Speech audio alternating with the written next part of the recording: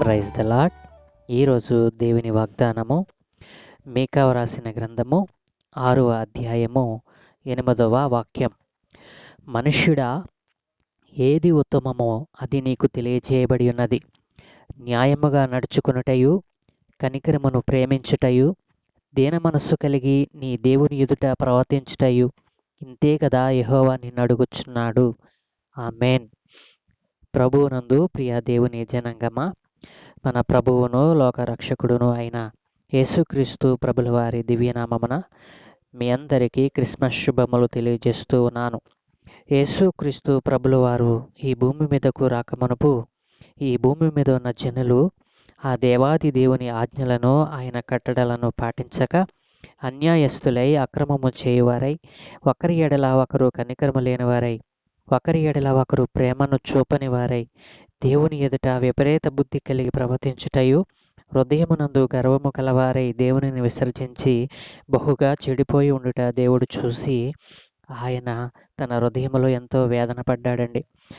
ఆయన ఈ మనుషులు చేసినటువంటి ఈ భయంకరమైన క్రియలను, ఈ పాపములను రక్షించుటకు, ఆయన చేసిన మనుషులను రక్షించుటకు ఆయన తన సొంత కుమారునినే మనకు రక్షకునిగా ఈ భూమి మీదకు పంపించారండి. యేసుక్రీస్తు ప్రభుల వారి జననము ఒక చారిత్రకం. యేసుక్రీస్తు ప్రభుల వారి పుట్టుక ఒక ప్రత్యేకమండి. యేసుక్రీస్తు ప్రభుల వారిని ప్రపంచమంతా దేవునిగా, రక్షకునిగా మా కొరకు పరలోకం నుండి వచ్చాడని నమ్ముటకు కారణం ఏంటంటే, ఆయన పుట్టుకలో పాపం లేదండి. ఆయన పుట్టుకలో వివాదం లేదండి. ప్రపంచంలో స్త్రీ అందు పుట్టినవాడు ఒక్క యేసుక్రీస్తు ప్రభుల వారేనండి. ఆయన పుట్టుక పరిశుద్ధమైనది. ఆయన పుట్టుక పవిత్రమైనది. ఆయన పుట్టకముందే పరిశుద్ధుడండి అని లేఖనాలు, బైబిల్ గ్రంథంలో రాయబడిందండి. ఇది సత్యమండి. ప్రపంచమంతా ఆయన పుట్టుకను ఒక వేడుకగా చేసుకుంటుంది అంటే ఆయన ఎంత గొప్పవాడో మనకు అర్థమవుతుందండి. ఆయన ఈ భూమి మీద పుట్టినప్పుడు ఏ పాపమును అంటకుండా జీవించాడు. మనుష్య రూపమును ధరించిన వాడై ఈ లోకములో జీవించినంత కాలము ఏ పాపము లేనివాడై ఆయన జీవించాడండి. ఆయన క్లియర్గా చెప్పాడు. ఈ లోకములో ఆయన జీవించినప్పుడు ఆయన ప్రపంచానికి సవాలు చేశాడండి. మనుషులందరికీ సవాలు చేశాడండి. ఈరోజు ఆయనను దేవునిగా నమ్మని వారికి ఆయన ఒక సవాలు చేశాడు. ఏంటో తెలుసా? మీలో ఎవరు నాలో పాపముందని రూపింపగలరు? నాలో పాపముందని ఎవడైనా రూపింపగలిగితే రూపించండి అని ఆయన సవాలు చేశాడండి. ఆయన పుట్టుకలో పాపం లేనివాడు. ఆయన పుట్టుకలో దోషం లేనివాడండి. ఆయన అంత పరిశుద్ధుడైనటువంటి దేవుడు. అలాంటి పరిశుద్ధమైన జననం ప్రపంచంలో మరెవరికి లేదండి. ఆయన ఒక స్థలములో అవతరించిన వాడు కాదండి. ఆయన ఒక స్థలములో వెలిసినవాడు కాదు. ఒక కాలములో ఒక రూపంగాను, మరొక కాలములో మరొక రూపంలో అవతరించలేదండి. భూమి మీద అక్రమము, భూమి మీద పాపము, భూమి మీద అన్యాయము, భూమి మీద ప్రేమ, కనికరము లేకుండా పోయినప్పుడు, భూమి మీద జనులు పూర్తిగా చెడిపోయినప్పుడు దేవుడు తన ప్రజలను వారి పాపముల నుండి రక్షించుటకు తన కుమారునినే ఈ భూమి మీదగా ఆయన పంపించారండి. ఈరోజే ఆయన జన్మించాడు అని బైబిల్ చెప్పడం లేదు, కానీ ఆయన గురించి బైబిల్ గ్రంథమందు రాయబడిన కాలాలను లెక్కించి ఈ కాలంలో ఆయన జననం జరిగి ఉండవచ్చని, ఆయన పుట్టుక నిజమని, ఆయన పుట్టుక సత్యమని ఈ జనులందరూ తెలుసుకున్నట్లుగా ఈరోజు ప్రపంచమంతా వేడుక చేస్తారండి. అందుకే దేవుడు ఈరోజు ఈ వాగ్దానం చేత మీతో మాట్లాడుచున్నాడు. ఆయన భూమి మీద జీవించినప్పుడు ఏది చేసి చూపించారో ఆ మార్గంలో మనము నడిచినప్పుడు ఆయన పుట్టుకకు ఒక అర్థం, పరమార్థం ఉంటుందండి. ఇంకనూ ఆయనను గూర్చి ఎరుగని వారు ఎవరైనా ఈ మాటలు వింటుంటే అజ్ఞానంతో వినకుండా జ్ఞానముతో ఈ మాటలను ఆలోచించినట్లయితే పరిశుద్ధమైన దేవుని ప్రేమ నీలోనికి వస్తుందండి.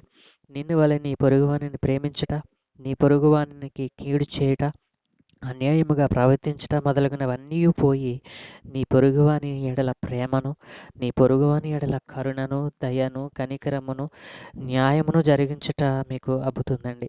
ఇదేది కదా దేవుడు మనలను కోరుచున్నాడు.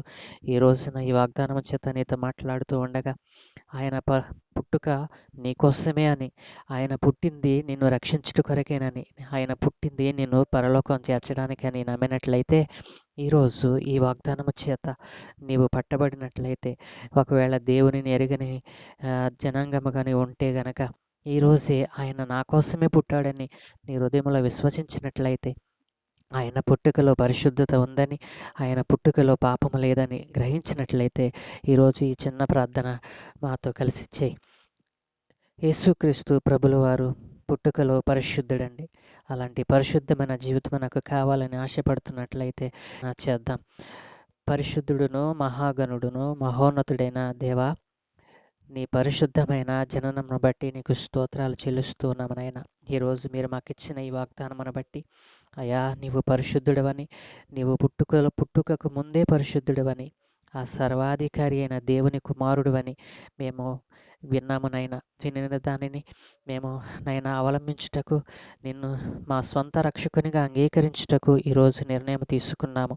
కాబట్టి మా నిర్ణయమును మీరు స్థిరపరిచి, మీరే మా కొరకు ఈ లోకానికి వచ్చిన రక్షకునిగా అంగీకరించుచూ ఉండగా మమ్మలను మీరు దీవించమని, మీ కుమారునిగా కుమార్తెనిగా మమ్మల్ని స్వీకరించమని, అయా నీ పుట్టుక దినపు ఆయా వేడుకలలో మేము కూడా పాల్గొని ఆ రక్షణ గూర్చిన సునాదము మేము పొందుకోవడానికి సహాయం దయచేయమని, నీ పుట్టుకలో ఉన్న ఆ పరిశుద్ధతను అయా ఈరోజే మేము పొందుకోవడానికి నీ కృప చూపమని, ఘనత మహిమ ప్రభావాలు మీరే పొందుకోమని, ఈ లోకములో పడి చెడిన వారిని పాపములను నిరక్షించుటకు ఈ లోకమునకు రక్షకునిగా వచ్చావని విశ్వసిస్తూ ఈ చిన్న ప్రార్థన మీ పాదాల చెంత అడిగి వేడుకుంటున్నాము తండ్రి. ఆమేన్, ఆమేన్, ఆమేన్.